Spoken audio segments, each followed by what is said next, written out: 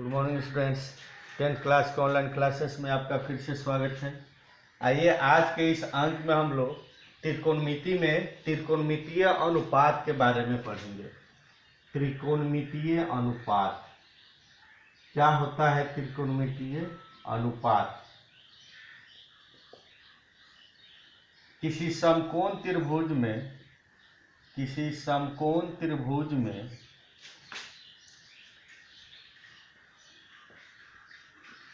किन्हीं दो भुजाओं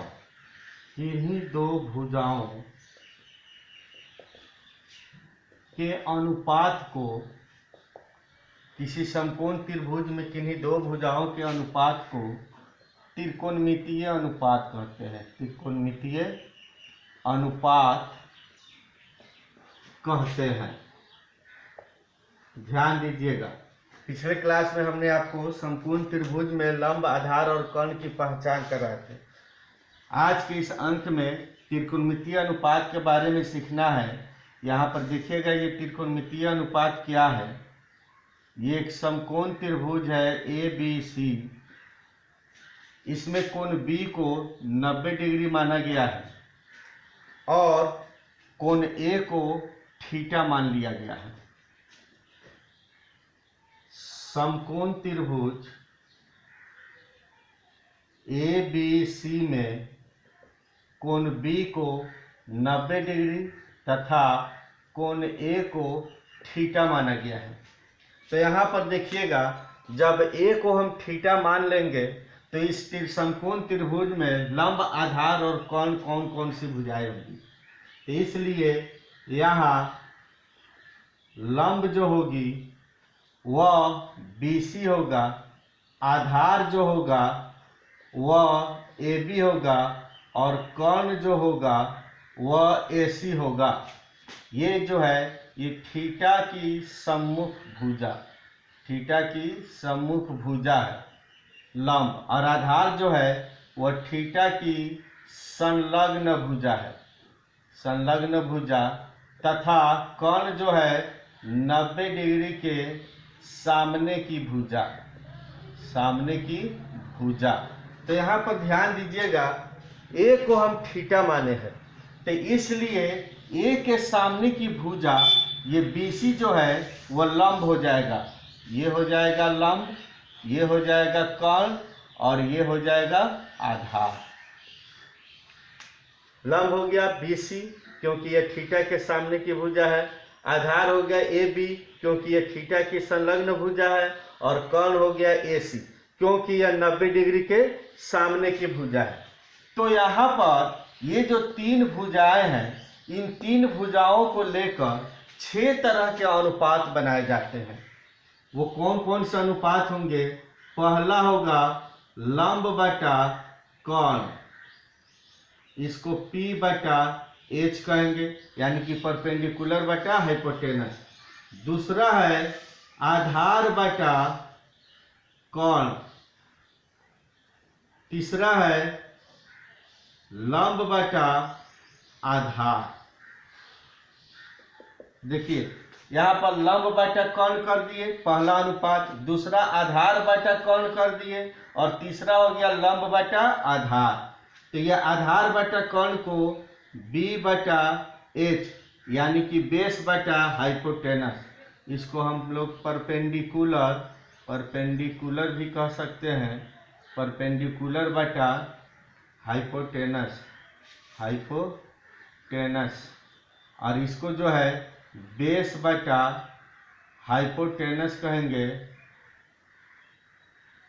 और इसको जो है परपेंडिकुलर बटा बेस, यानी कि ये हो गया आपका P बटा B।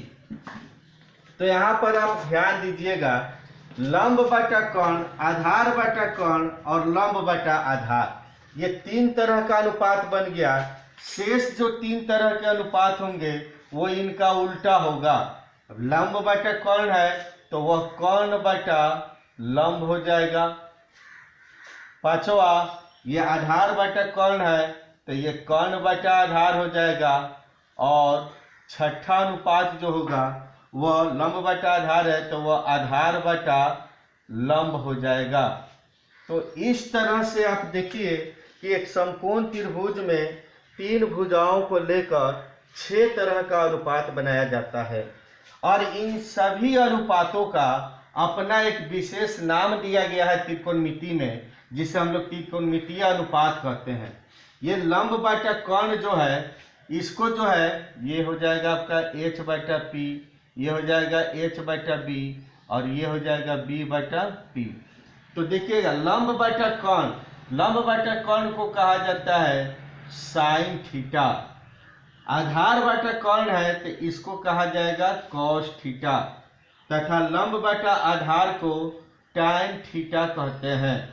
तो इसका जो व्युत्क्रम होगा लंब बटा कर्ण का व्युत्क्रम कर्ण बटा लंब होगा और कर्ण बटा लंब का नाम है कौशिक थीटा। कर्ण बटा आधार, ये आधार बटा कर्ण का विलोम है और इसका नाम जो है वह सेक थीटा है। और यहाँ लंब बटा आधार का विलोम आधार बटा लंब होगा और इसका नाम है कॉट थीटा। तो इस तरह से 6 त्रिकोणमितीय अनुपात बनता है। पहला अनुपात है साइन थीटा जो लंब बटा कर्ण के बराबर होता है। दूसरा अनुपात है कॉस थीटा जो आधार बटा कोण के बराबर होता है। तीसरा अनुपात है टैन थीटा जो लंब बटा आधार के बराबर होता है। चौथा अनुपात है कौशिक थीटा, ये कर्ण बटा लंब यानी कि साइन का व्युत्क्रम है। पांचवा है सेक थीटा कर्ण बटा आधार, ये कॉस थीटा का व्युत्क्रम है। और छठा है कॉट थीटा जो टैन थीटा का व्युत्क्रम है। तो इस तरह से त्रिकोणमिति में 6 त्रिकोणमितीय अनुपात बनते हैं जो क्रमशः इस प्रकार से है। पहला बनता है साइन थीटा, दूसरा हो जाता है कॉस थीटा, तीसरा है टैन थीटा, चौथा है कौशिक थीटा, पांचवा है सेक थीटा और छठा है कॉट थीटा। तो ये साइन थीटा को P बटा H यानी कि इसको लंब बटा कर्ण कहते हैं। ये कॉस थीटा है, ये B बटा H है, इसको आधार बटा कर्ण कहते हैं। ये टैन थीटा P बटा B होता है, इसको जो है लंब बटा आधार कहते हैं। चौथा जो है ये कर्ण बटा लंब होता है, ये साइन का उल्टा है और इसलिए ये जो होता है ये आपका H बटा P हो गया और इसको कहेंगे हम लोग कर्ण बटा लंब। उसके बाद ये जो है H बटा B होता है और इसको कहा जाता है सेक थीटा को कर्ण बटा आधार। और अंत में ये कॉट थीटा है, इसको B बटा P कहते हैं और इसका जो होता है ये हो जाता है आधार बटा लंब। तो इसी को त्रिकोणमितीय अनुपात कहते हैं। त्रिकोणमितीय अनुपात 6 प्रकार के हो गए, sine theta, cos theta, tan theta, cosec theta, sec theta और कॉट थीटा। तो यहाँ पर ये एक समकोण त्रिभुज है ABC, A को थीटा माना गया है और B का मान 90 डिग्री है। तो ये हो जाएगा आपका लंब, ये हो जाएगा कर्ण और ये हो जाएगा आधार। तो इस आकृति के अनुसार यहाँ पर साइन थीटा का मान जो है लंब बटा कर्ण यानी कि BC बटा AC के बराबर होगा। यहाँ कॉस थीटा है, कॉस थीटा का मान आधार बटा कर्ण है, तो यहाँ पर देखिए आधार का मान AB है और कर्ण है AC।